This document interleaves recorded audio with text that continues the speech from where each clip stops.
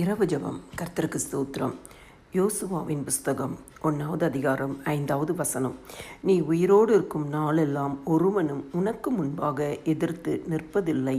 நான் மோசையோடே இருந்தது போல உன்னோடும் இருப்பேன். நான் உன்னை விட்டு விலகுவதும் இல்லை, உன்னை கைவிடுவதும் இல்லை.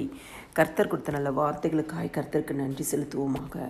கிறிஸ்துக்குள் பிரியமானவர்களே, இந்த வசனம் ஒரு பெரிய வாக்கு தத்துவம்.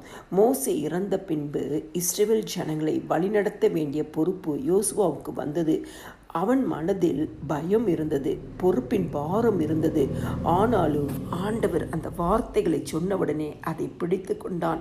நான் உன்னோடே இருப்பேன், மோசையோடு இருந்தது போல உன்னோடும் இருப்பேன். நான் உன்னை விட்டு விலகுவதும் இல்லை, உன்னை கைவிடுவதும் இல்லை என்ற வார்த்தையை பிடித்து கொண்டு யோசுவா இஸ்ரவேல் ஜனங்களை வழிநடத்த அந்த பொறுப்பினை ஏற்றுக்கொண்டானாம். கிறிஸ்துக்குள் பிரியமானவர்களே, இந்த வேத வசனத்திலிருந்து நாம் அறிந்து கொள்ள வேண்டிய விஷயம், நாம் தனியாக இல்லை. எங்கு சென்றாலும் எந்த சூழ்நிலையில் இருந்தாலும் ஆண்டவராகிய இயேசு கிறிஸ்து நம்மோடு இருக்கிறார். தேவனின் வாக்கு தத்துவம் உன்னை கைவிடுவது இல்லை.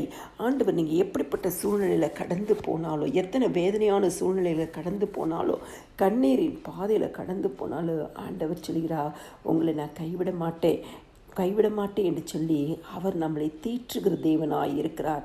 ஆண்டவர் தம்முடைய வார்த்தையை ஒரு நாளும் மாற்ற மாட்டார், மறக்கவும் மாட்டார்.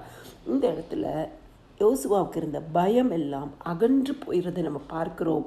நீ உயிரோடு நிற்கும் நாளெல்லாம் ஒருவனும் உனக்கு முன்பாக எதிர்த்து நிற்பதில்லை. இன்னைக்கு உங்களுடைய சூழ்நிலைகள் எதிர்மறையாக காணப்படலாம். எதிர்மறையான எத்தனையோ காரியங்கள் நடக்கலாம். மனிதர்கள் எதிர்மறையாக உங்களோடு இருக்கலாம். ஆனால் ஆண்டவர் சொல்கிறார், நீ உயிரோடு இருக்கும் நாளெல்லாம் ஒருவனும் உங்களுக்கு முன்பாக எதிர்த்து நிற்பதில்லை. கிறிஸ்துவுக்குள் பிரியமானவர்களே, 3 காரியங்களை கர்த்தர் சொல்கிறார். நான் உங்களோட தான் இருப்பேன், நான் உங்களை கைவிட மாட்டேன், நீங்கள் உயிரோடு இருக்க நாளெல்லாம் ஒருவனும் உங்களை எதிர்த்து நிற்க முடியாது என்று சொல்லி கர்த்தர் இந்த இரவு நேரத்தில் உங்களுக்கு வாக்கு பண்ணுகிறார். ஒரு சிறு கதையை கேட்போம். ஒரு சிறுவன் முதல் நாளாக பள்ளிக்கு செல்ல போகிறானா. அவன் மிகவும் பயந்தானா. அப்பா அவனிடம் சொன்னாரான், நீ உள்ளே செல், நான் வெளியே கதவின் அருகில் இருக்கிறேன்.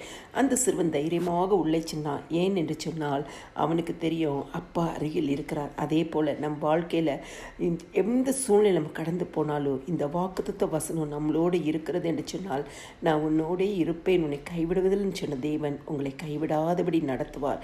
எல்லா துதிகன மகிமையும் என் ஆண்டவராக இயேசு கிறிஸ்து ஒருவருக்கே செலுத்துகிறேன். ஆமென்.